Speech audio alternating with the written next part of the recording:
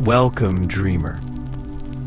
Tonight, I invite you to drift with me into a realm where time flows backward, where memories fall like golden sand, and where the only way to move forward is to let go.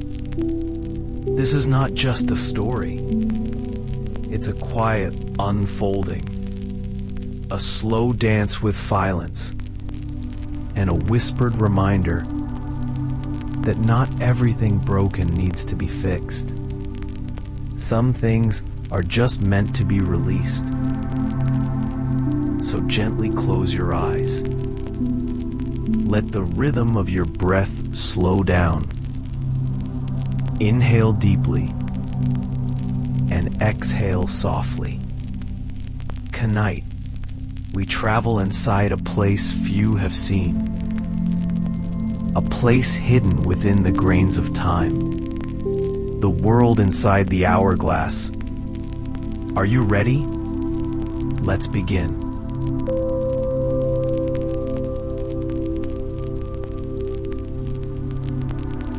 There was once a boy named Elior, who feared time more than monsters under the bed. While others worried about grades or growing up, Elior worried about seconds slipping away unnoticed. He would count heartbeats before he slept, trace the shadows on his bedroom wall to see how long they took to move, and whisper to clocks as if they could hear him. Slow down. Please, slow down. Elior lived with his mother in a quiet old house with wooden floors that remembered every step, but it was the attic, high above the world, filled with dust and forgotten seasons, where Elior found what would change everything. One rainy afternoon, while hiding from a storm, he climbed into the attic with a flashlight in hand and a blanket draped over his shoulders like a cape. The air was thick with the scent of stories long gone. Old letters, yellowed books, and memories too heavy to carry downstairs. And then he saw it. A giant hourglass, nearly as tall as himself, resting in the corner beneath a sheet. Its glass was cloudy, but the golden sand inside shimmered faintly in the dim light. He reached out to touch it, and the moment his fingers brushed the cold glass, time paused. Outside, the rain stopped mid-drop. A spider frozen in mid-crawl. The dust in the attic no longer fell. It hovered like stars caught in a photograph. And then, the sand inside the hourglass began to flow. But upward, not down, up. Elior stepped back in awe. Then the floor beneath him cracked.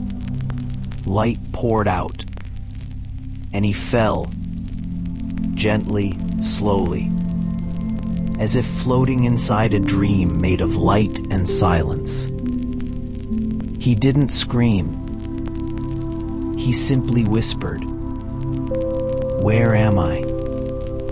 And the world answered, "You are inside time. But only those who release it can truly live here."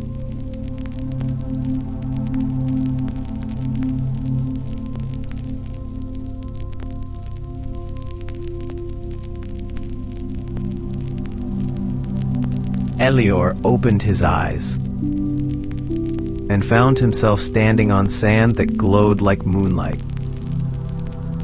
The sky above him was indigo, Yet the stars pulsed in reverse, appearing one by one, as if dawn were closing its eyes instead of opening them.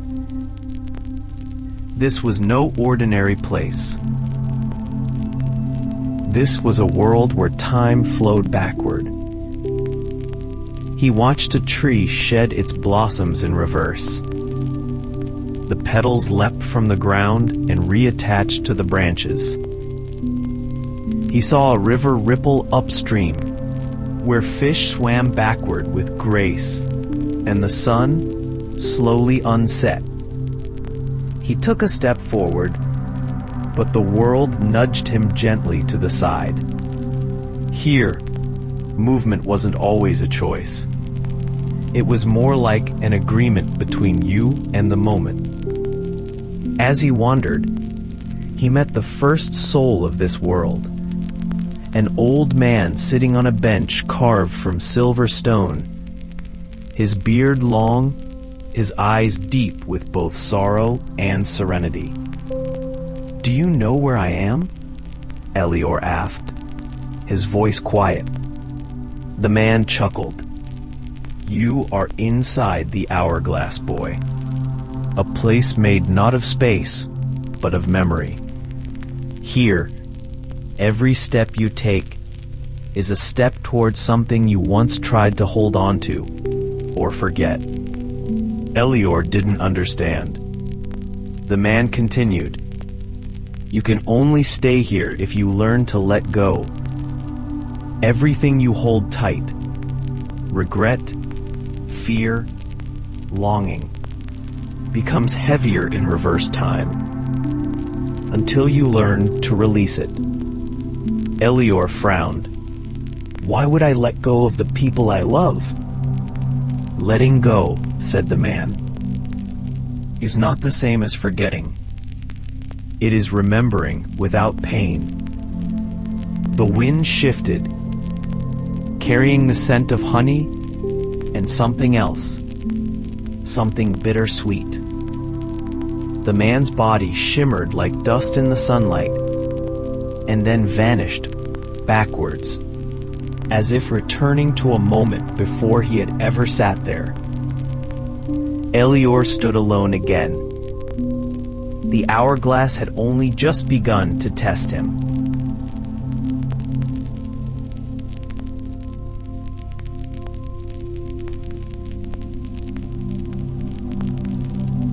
Elior reached a strange city.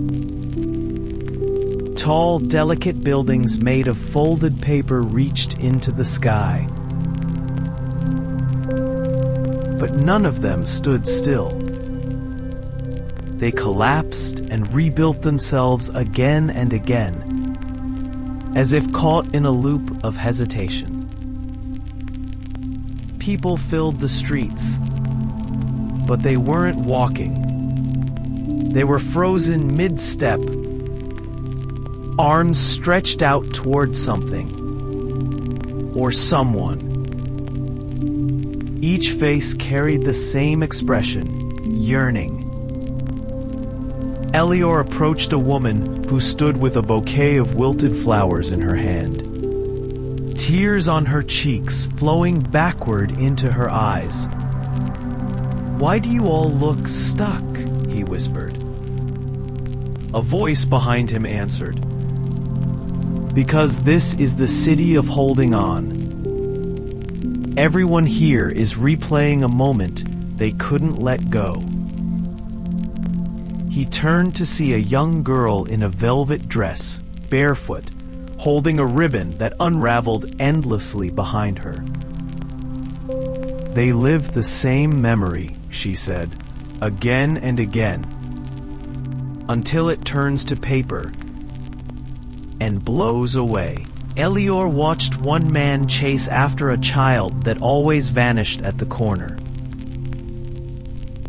A woman replayed an embrace that always ended too soon. And someone sat still, whispering a name that had long been lost to time. "What happens if they let go?" Elior asked. The girl looked at him kindly. They leave the city. They become light. Elior felt the weight in his chest. The memory of his grandmother. The guilt of things left unsaid. The wish he'd hug her just one more time. He clutched the memory tightly. But the moment he did, the world dimmed around him. The ribbon in the girl's hand grew heavier, and a ticking sound filled the air. "You're not ready yet," the girl said, stepping away. "But you're close." As she walked backward into the folds of the paper buildings, Elior whispered, "How do I know when I'm ready?" Her answer came like an echo from inside his own heart. When the memory stops hurting and starts glowing.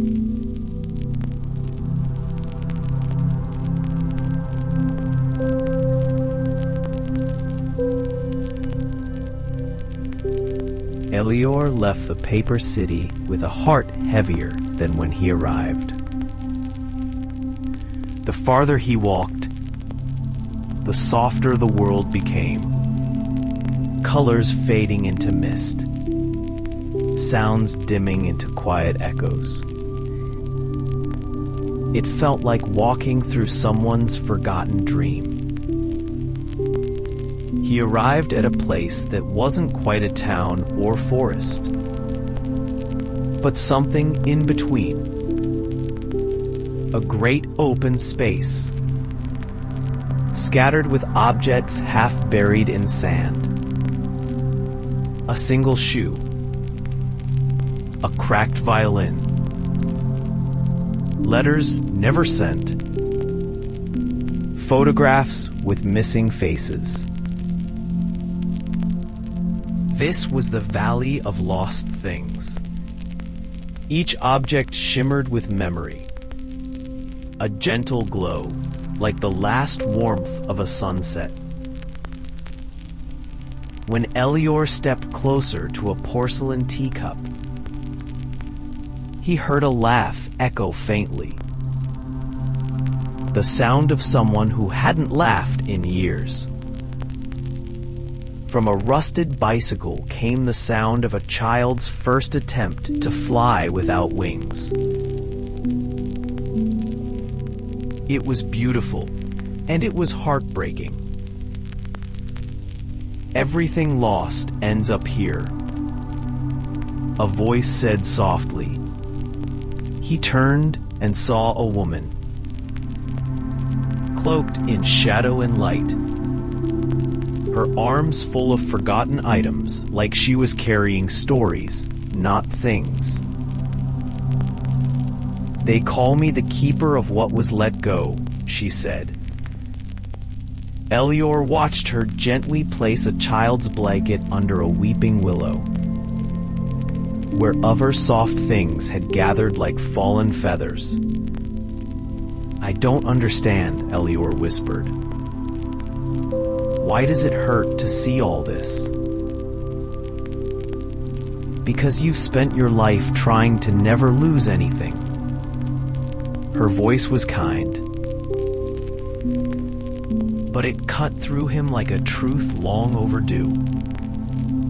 But if we never lose, we never make room. Letting go is not abandonment, Elior. It is love without chains. She offered him a box. It was small, made of glass, and glowed faintly blue. Inside, he saw something he hadn't expected. A toy dragon, broken, with one wing. The very one he had cried over when he was 5 years old. He had thrown it away after the wing snapped, angry that something he loved had stopped being perfect. He held it now and wept. But the tears were not from sadness. They were the kind that come when you finally forgive yourself. You are beginning to remember what love really means, the keeper said gently. To love something fully, even when it ends, even when it breaks. She touched his shoulder, and her hand shimmered into sand. Elior looked around one last time at all the beautiful, broken, forgotten things. They no longer felt sad. They felt full. As he turned to leave, he whispered to the valley, "Thank you for keeping the things I didn't know I needed." And for the first time in this backward world, Elior didn't look back.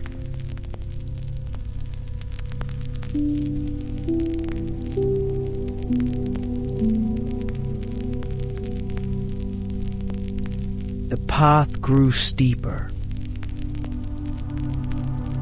Beyond the valley of lost things, the air became cooler, clearer, as Elior approached a vast mountain, shrouded in silver mist. No signs, no footsteps, only silence and the soft crunch of sand under his shoes. It wasn't the silence of nothing. It was the silence of arrival. The mountain had no name carved into stone, but Elior could feel it inside his bones. This was the mountain of letting go. Each step he took upward felt heavier than the last. Not because his body tired, but because the weight of his memories clung tighter the closer he came to the summit. Every moment he didn't say goodbye. Every word he couldn't take back. Every time he wished he could stop the clock and undo time. They whispered to him, like wind brushing through old pages. You should have tried harder.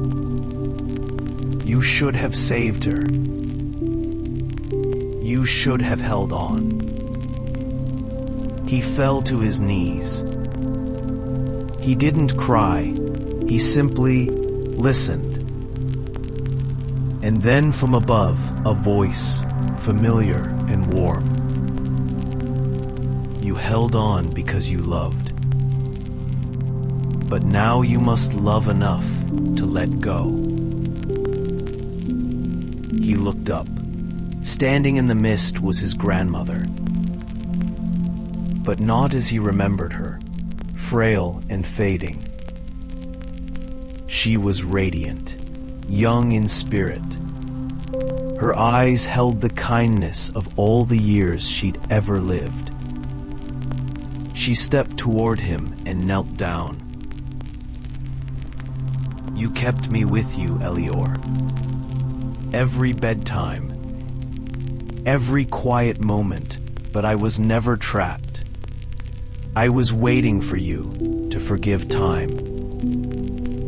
He trembled. I was afraid that if I let go of you, I'd forget you. Her smile was soft. You remember me now, not through sorrow, but through love. That's all I ever wanted. From the folds of her robe, she took out a single grain of golden sand. Place this at the peak, she said. It is your pain turned to grace. He took it. It was warm. With each step to the summit, his burden grew lighter. He stood at the very top, the whole backward world below him. Still, glowing, breathing, he opened his hand, and the grain of sand lifted gently from his palm. It hovered for a moment, then fell. Not down, not up, just disappeared. And the wind changed. Not fierce, not sudden, but steady, free. Elior turned to look for her, but his grandmother was gone. Not vanished, not erased, just at peace. And so was he.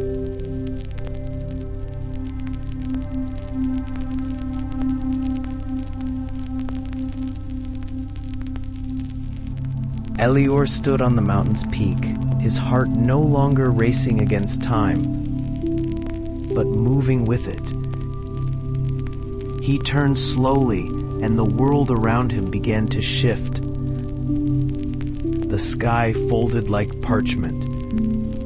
The stars gathered in his footsteps, and the backward river below shimmered as if it too was ready to flow forward again. He didn't walk back down. He simply closed his eyes and let go. He awoke in the attic. The storm outside had passed, and warm sunlight spilled across the wooden floor. The hourglass sat quietly in the corner. Its sand now flowed gently downward, as it always should. But Elior no longer feared it. He no longer whispered to clocks. He no longer counted shadows. He had stopped asking time to pause, because now he understood. Time wasn't the enemy. It was a river we're meant to float upon, not a chain to fight against. Downstairs, the smell of tea and toast greeted him. He walked slowly, each step a thank you to the present moment. His mother looked up from the kitchen table. "You were up there a while," she said gently. Elior smiled. "I was visiting a place made of time." She laughed softly, not understanding, but sensing something in his eyes had changed. As he sat beside her, a breeze moved through the open window. Lifting a photo from the table, it floated for a moment, just long enough for Elior to catch it. It was a picture of him as a baby, in his grandmother's arms. He placed it gently back on the table, pressed his fingers to the image, and whispered, "Thank you for staying, even after you left."